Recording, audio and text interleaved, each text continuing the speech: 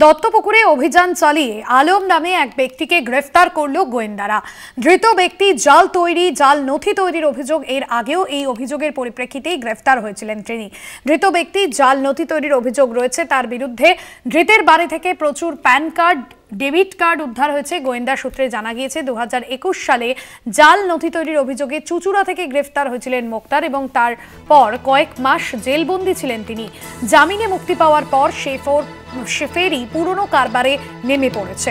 ধৃতের বাড়ি থেকে ডেবিট কার্ড, প্যান কার্ড উদ্ধার হয়েছে। জামিনে মুক্তি পাওয়ার পর সে আবারও পুরনো কারবারে নেমে পড়েছে। জাল নথি তৈরির অভিযোগে গ্রেফতার। ভক্তি দে আমাদের প্রতিনিধি রয়েছেন ফোন লাইনে। ভক্তি, ঠিক কি অভিযোগ উঠছে তার বিরুদ্ধে?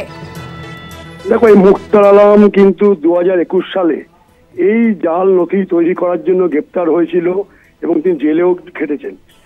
পরবর্তীকালে জেল থেকে বেরিয়ে তিনি নতুন ব্যবসা, আবার একই ব্যবসা শুরু করেন।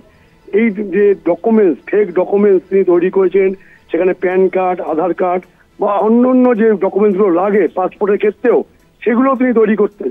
অর্থাৎ গোয়েন্দাদের বক্তব্য যা শোনা যাচ্ছে সূত্র মারফত, যে এখান থেকে যে নথিগুলো পাওয়া যায় সেখানে যে কেউ অনায়াসে পাসপোর্ট তৈরি করতে পারে। এই পাসপোর্ট তৈরি করার ক্ষেত্রে তার যে কি ভূমিকা সেটা তাকে জিজ্ঞাসাবাদ করা হচ্ছে এবং এর যেহেতু আগের ট্র্যাক রেকর্ড অনুযায়ী আগেও তিনি এই ব্যবসায় করতেন, আবার বেরিয়ে এসে ব্যবসা শুরু করেছিলেন, সেটা কিন্তু গোয়েন্দাদের ভাবাচ্ছে। এবং এই যে উত্তর 24 পরগনা জেলা, এই জেলায় আমরা দেখেছি এর আগেও কিন্তু যে যখন নাকি পাসপোর্ট করতে এসে কয়েকজন গ্রেপ্তারও হয়েছিল যাদের নথি জাল ছিল, সেই নথিগুলো কোথার থেকে এসেছিল এবং এর র্যাকেটটা কতদূর বিস্তৃত সেটাও গোয়েন্দারা দেখছে। এখন এই উত্তর 24 জেলার থেকে আমরা যেটা জানতে পেরেছি যে পুলিশ মারফত যে যতগুলো এই পাসপোর্টের ক্ষেত্রে কেস আসে, সেখানে বেশ কিছু কেস দেখা যায় যার নথি জাল। সেই জালগুলো করার ক্ষেত্রে কারা কারা জড়িত, কতটা বিস্তৃত, সেটাও কিন্তু গোয়েন্দারা দেখছে। অর্থাৎ মুক্তার আলমকে গ্রেপ্তারের পর যে গোয়েন্দাদের কাছে একটা পরিষ্কার যে তাকে জিজ্ঞাসাবাদ করার পর এই র্যাকেটটাকে ধরা যাবে।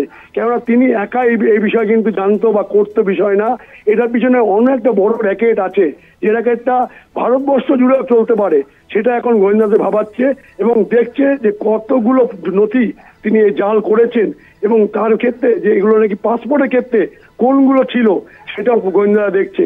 অর্থাৎ গোয়েন্দাদের বলতে পারে এটা সাফল্য হয়েছে, কারণ যেভাবে আমরা দেখছি যে পাসপোর্টের ক্ষেত্রে যে জাল নথি দিয়ে পাসপোর্ট পাওয়ার পর বেশ সন্ত্রাসবাদী বলো বা জঙ্গি সংগঠন বলো যারা প্রবেশ করেছে ভারতে, সেই ধরনের জাল নথি তাদের জন্য তৈরি করেছে কিনা সেটা এখন দেখার বিষয়। সেটাই কিন্তু গোয়েন্দারা দেখছে।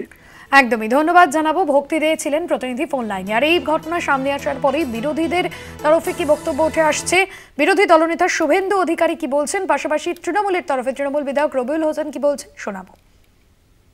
এটা পাসপোর্ট জালিয়াতি নয়, এর সঙ্গে বড় র্যাকেট আছে।